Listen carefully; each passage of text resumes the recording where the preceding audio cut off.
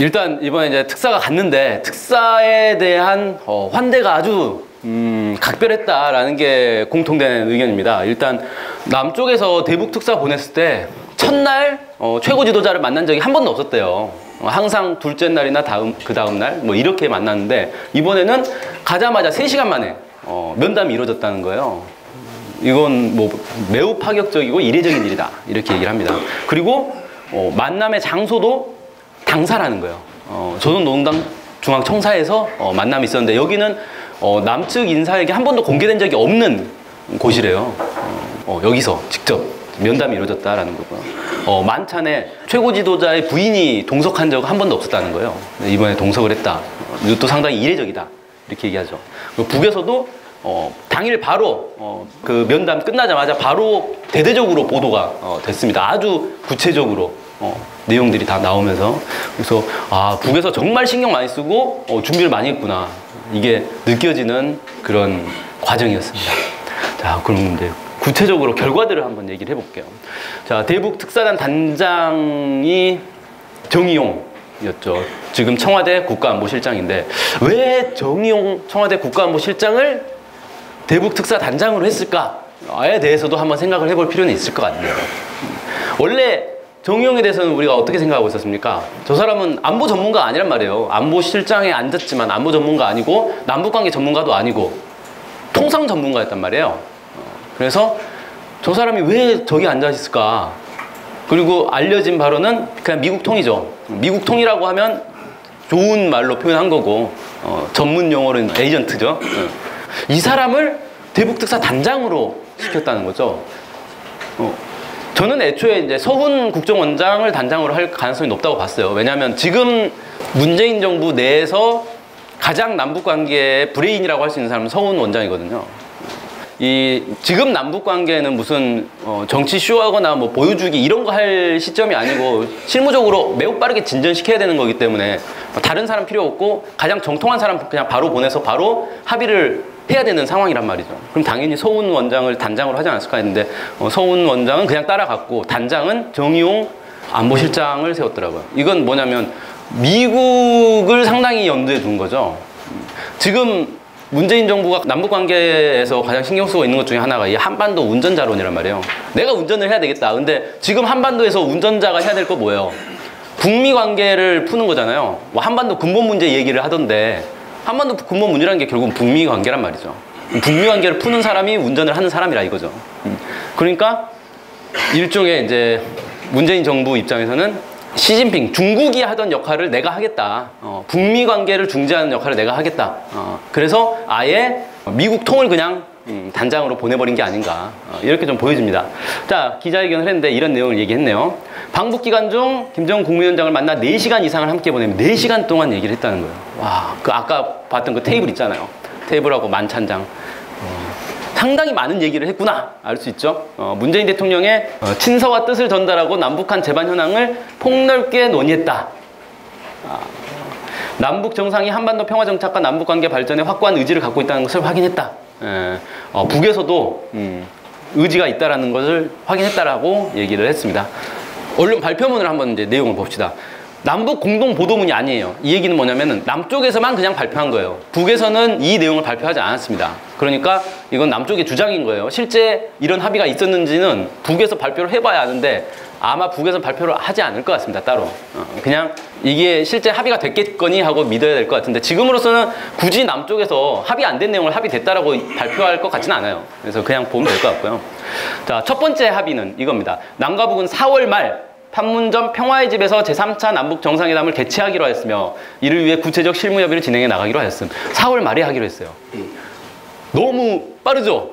상상을 초월합니다. 지금 가장 빨리 잡아도 한 6.15에 맞춰서 하지 않겠냐 뭐 이런 예상들이 있었고 6.15는 지방선거 치는데 이게 되겠냐 그래서 아예 더 늦춰서 8.15쯤 하지 않겠냐 뭐 이런 의견들이 있었는데 4월 말이면 지금 이제 한 2달도 안 남은 거 아니에요.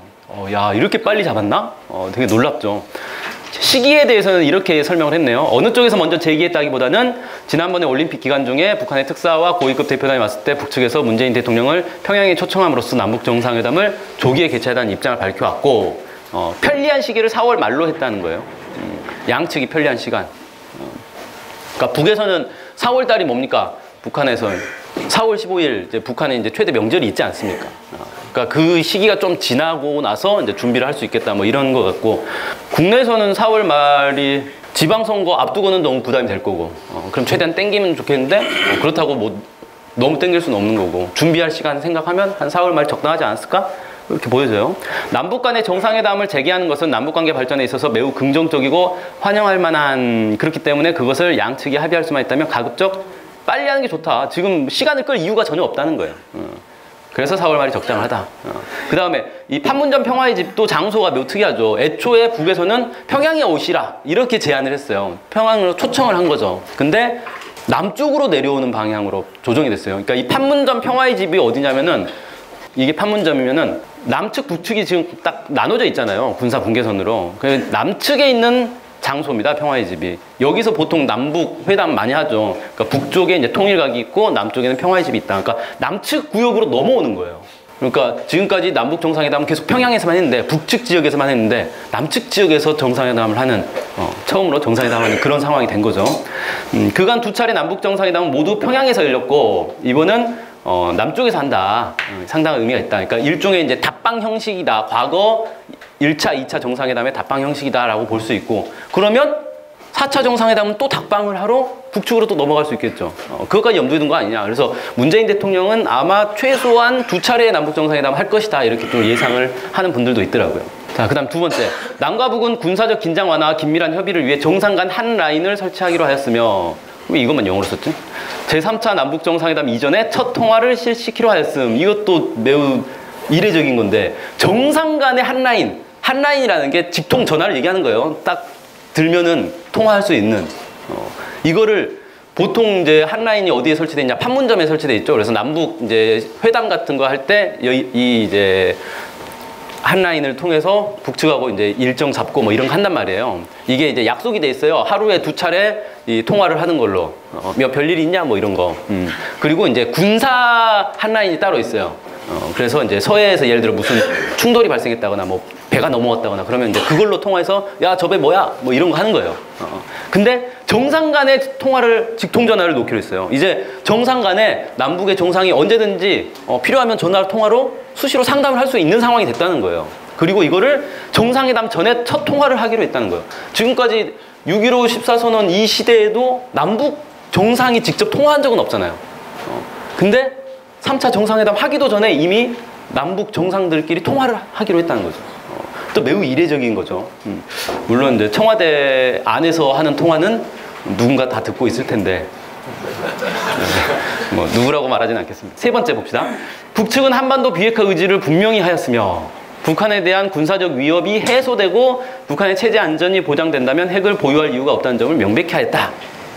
이 부분 매우 파격적인 거죠. 일단 한반도 비핵화를 다시 언급을 했다는 거예요. 물론 그 전에 북한에 우리는 이제 한반도 비핵화하지 않겠다 라고 선언한 적은 없지만, 이전에 이제 한반도 비핵화에 대해서 계속 언급을 하다가 최근 몇 년 동안은 한반도 비핵화라는 것 자체를 이제 거의 언급을 안 했단 말이에요.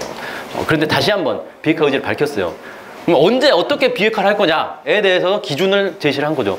군사적 위협이 해소되고 체제 안전이 보장된다면, 이거 어떤 상태예요? 군사적 위협이 해소되고 체제 안전이 보장되고 평화협정 체결? 평화협정 체결되면 체제 안전이 보장되나요? 그래서 이게 뭘 의미하는지에 대해서 더 생각을 해볼 필요는 있어요. 미국에 핵무기가 있는데 군사적 위협이 없어질까요? 평화협정 체결한다고? 이 조건 자체가 정확하게 뭘 의미하느냐 연구해 볼 필요가 있는 거죠. 자, 어쨌든 이게 되면 비핵화는 되는 거다. 이렇게 얘기한 거예요. 근데 이 입장은 잘 보면은 사실 기존의 입장이 바뀐 건 아니에요. 기존에도 계속 이 입장이었던 거죠. 우리가 핵을 만들고 싶어서 만든 게 아니다. 군사적 위협과 체제 위협이 있기 때문에 만든 거다라는 거였어요. 그러니까 그게 없어지면 당연히 핵도 없어지는 거다라는 거죠. 자, 네 번째. 북측은 비핵화 문제 협의 및 북미 관계 정상화를 위해 미국과 허심탄회한 대화를 할 수 있다는 용의를 표명하였다. 북미 대화를 할 수 있다. 라고 얘기를 한 거예요. 그리고 그 전제 조건에 대해서는 아무런 얘기도 하지 않았어요. 그러니까 언제든지 조건 없이 미국과 상대를 할 수 있다라는 거죠. 자, 북미 대화에 적극적으로 임할 용의가 있다. 또 북미 대화의 의제로 비핵화도 논의할 수 있다. 특히 저희가 주목할 만한 것은 이게 이제 정의용 특사 얘기예요. 비핵화는 선대유운이다. 선대유운에 변함이 없다고 했다는 것도 미북 관계 정상화 이런 것도 용리할 용의가 있다고 밝혔다. 네, 이 사람이 자기 정체성에 이제 혼란이 있는 거죠. 북미 대화라 했다. 미북 관계라고 했다가 예, 북한이 먼저인지 미국이 먼저인지 지금 이제 혼란이 온 거예요, 이분이. 예. 자, 어쨌든 미국에 대해서 언제든지 대화할 수 있다. 이렇게 얘기를 한 거죠. 다섯 번째, 대화가 지속되는 동안 북측은 추가 핵실험 및 탄도미사일 시험 발사 등 전략 도발을 제기하는 일은 없을 것임을 명확히 하였다. 이건 그 전에도 약간 이제 시사하는 바가 있었는데 어쨌든 북의 최고 지도자가 직접 언급을 한 거죠. 이와 함께 북측은 핵무기는 물론 재래식 무기를 남측을 향해 사용하지 않을 것임을 확약하였다. 자, 그래서 이 이제 중단에 대해서 대화가 지속되는 동안 추가 도발을 하지 않겠다는 것을 명백히 했기 때문에 그 바탕 위에서 여러 가지 많이 진전일 것으로 보고 있다. 미국에 가게 되면 말한 내용을 미국에 전달하는 북한의 입장을 추가로 갖고 있다. 이 얘기는 뭐냐면 지금 이제 이번 주 중으로 정의용 특사랑 서훈 원장이 미국을 간단 말이에요. 미국 갔다가 이제 러시아, 중국, 일본 다 돌거든요. 가장 먼저 미국에 가서 얘기를 해야 되는데 미국에 전달하는 입장이 추가로 있다는 거예요. 그러니까 지금 국민들한테 밝히지 않은 내용이 더 있는 거예요. 이건 뭐냐? 왜 정의용 단장을 특사로 보냈는지가 이제 나오는 거죠. 미국 통을 보내니까 북에서도 이 사람한테 미국에 전할 메시지를 전달을 한 거예요. 이건 딴 데 가서 얘기하지 말고 트럼프한테만 가서 얘기해라. 메시지가 전달된 거죠. 그게 뭘지는 뭐 아무도 모르는 거죠. 그런 게 있었다. 그러니까 결국은 정의용 단장이 미국과 북한 사이를 연결시켜주는 연결 통로 역할을 지금 하고 있는 겁니다. 이렇게 볼 수 있겠네요. 자, 어쨌든 대화가 진행되는 동안에 이걸 안 하겠다라고 했으니까 그러면 북한이 핵 실험을 하거나 뭐 미사일 발사하거나 이런 게 싫으면 열심히 대화를 하면 된다 이 얘기예요. 앞으로 계속 대화를 하면 되겠다. 이렇게 볼 수 있죠. 자, 마지막으로 평창올림픽을 위해 조성된 남북 간 화해와 협력의 좋은 분위기를 이어나가기 위해 남측의 태권도 시범단과 예술단의 평양 방문을 초청했다. 자, 이제 지금부터 열심히 예술단 모으고 있겠네요. 자, 그 다음에 이제 기자회견에서 몇 가지 이제 질의응답들이 있었어요. 아까 이제 대부분 질의응답들은 보여드린 거고요. 미국하고, 그 다음에 정의용 단장은 중국, 러시아 가고, 서훈 원장은 일본 가고, 그래서 이제 주변국들에게 이 회담 결과에 대해서 쭉 이제 이 얘기를 설명을 하겠다. 뭐 이런 거고요. 훈련 문제에 대해서 또 언급이 있었어요. 이 부분도 매우 이제 특이하죠. 자, 이 훈련 문제에 대해서는 이미 북측 대표단이 왔을 때 여러 번 전달했다. 그 뭘 전달했느냐? 연합 군사 훈련의 중단이나 재연기는 현실적으로 불가능하다. 그런 건 없다. 중단하지 않겠다는 거예요. 즉 올림픽 끝나면 훈련을 재개하겠다라는 거죠. 자, 이런 취지로 설명을 하려고 했는데 할 필요가 없어졌다는 거예요. 왜? 이미 김정은 위원장이 보고를 받았고 입장을 알고 있었고 여기에 대해서 먼저 얘기를 했다는 거죠. 북측은 평창올림픽을 위해 연기된 한미연합훈련 관련해 4월부터 예년 수준으로 진행하는 것을 이해한다. 정말 파격적이죠. 요구하는 거 다 받아주겠다는 거예요. 앞서서 먼저 그냥 다 수용을 해버리는 거예요. 그러나 앞으로 한반도 정세가 안정기로 진입하면 이건 좀 조절할 수 있는 거 아니냐 기대한다는 입장을 밝혔다. 정말 할 수 있는 건 다 해주는 거죠. 이 정도면. 자, 이걸 보니까 4월 달에 하는 훈련은 특별한 문제가 없는 거고 그러면 우리는 4월 달에 훈련해도 그냥 지켜봐도 되겠네? 라고 생각하면 되나요? 안 되나요? 네. 자, 이와 관련해서 이제 트럼프가 반응을 보였죠. 그 스웨덴 총리하고 정상회담 했었는데 거기 끝나고 이제 기자회견 하면서 이 얘기가 또 나왔어요. 자, 이번에 이제 남북 정상회담 합의 발표에 대해서 이렇게 얘기했습니다. 나는 그들이 진정성이 있다고 진짜로 믿는다. 그들 여기서 북한을 얘기하는 거예요. 나는 그들이 진정성이 있기를 바란다. 진정성이 있다. 라는 거예요. 되게 독특한 표현인데 나는 제재와 압박이 그들의 진정성을 이끌어냈다고 생각한다. 이 사람 진정성에 대해서 어떻게 생각하는지 잘 모르겠어요. 막 제재와 압박을 하면 진정성이 막 생기나 봐요. 마음속에서.